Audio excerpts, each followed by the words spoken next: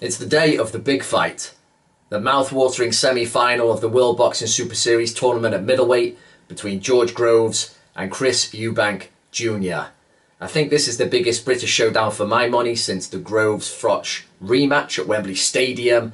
But unlike that one, which had a memorable ending but was ultimately a whatever fight, very hesitant. You could see they were both wary of putting a foot wrong in that one before the big bang.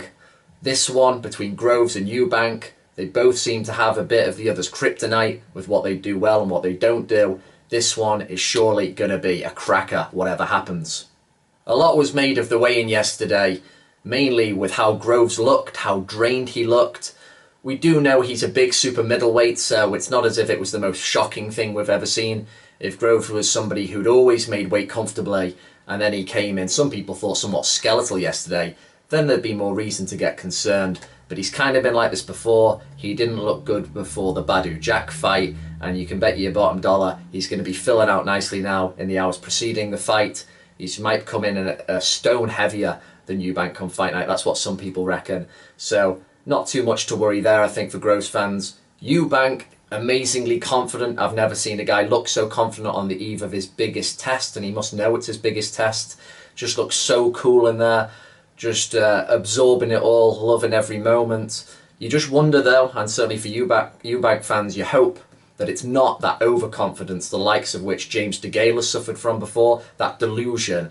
Eubank has said a few silly things in the build-up to this, like he shouldn't even be in the ring with me. It's like getting over the top for somebody who really hasn't achieved that much yet. So, interesting things to take, but ultimately, as in with most weigh-ins, I don't think any of that's going to matter.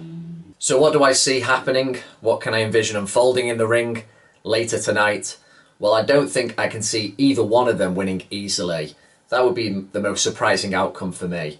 If one of them were to win really conclusively and emphatically, kind of showing perhaps that the other guy was out of their league a bit, either Groves being quite a few levels above or Eubank being genuinely special, for me it would be Groves to box very well to begin with, get Eubank by the scruff of the neck and take him out around the mid-rounds with some sort of great counter. That's the only route I can see someone winning very emphatically. I think Eubank, he doesn't necessarily have to have a granite chin. He's probably got a pretty decent chin with the talk we've had of it, the fact he's never really been buzzed that much.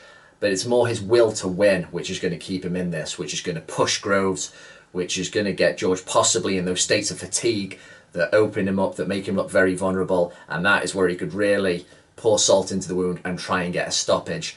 That is definitely an option. I think that is Eubank's best route to victory, considering he doesn't have the great power either. It will be through smothering, it will be through volume, exhaustion, but I don't think that's quite going to happen. Of all the things that have been said in the build-up to this one, regarding both fighters, where they are in their career, what they bring to the table, I think the one card that's been overplayed is Groves being supposedly past his best and damaged goods from the Carl Froch fights. It's true that he might not have the same kind of swagger as he did with Adam Booth now. He might not be as arrogant, which sometimes has a whiff of greatness about it. He might not have the same snap or spring in his step, but he's rebuilt nicely under Shane McGuigan. He's got some different moves on the go, and I think he's reaching a plateau of new confidence here. Make no mistake, he is going into this fight believing 100% he is going to beat Eubank, that he is going to school him, that he's going to show that he is the guy with a better pedigree. And if you look back at, say, the Froch fights, people forget Froch was a much harder puncher than Eubank Jr. is. He was a more physical guy. He was harder to deal with if he's in front of you, for my money. And of course, he came from a much higher level, having fought and beaten lots of world champions. Eubank is yet to do any of that. And the Badou Jack fight, remember, Groves was on the floor in the first round. And it looked very bad at one point. I was like, oh, is this guy really fragile? Is he going to make it out of the first or second round? But no, he got up and he pushed Jack pretty well over 12 rounds. Had he got it tactically right in that one, I think George Groves would have been a world champion earlier. So people are making a bit too much of that, I think. And with Eubank, he might just be a little bit overconfident. I think he's a bit too full of himself. Some of the stuff he said has been a bit cringeworthy for my money and unnecessary. Not in a cool, tongue-in-the-cheek way. A little bit of delusion there, I think. And I think Groves, for me, the smart prediction is that he's going to win on points. Considering Eubank's going to really not want to lose this one at all, I think Groves takes the early lead. He moves well. He fights smart enough.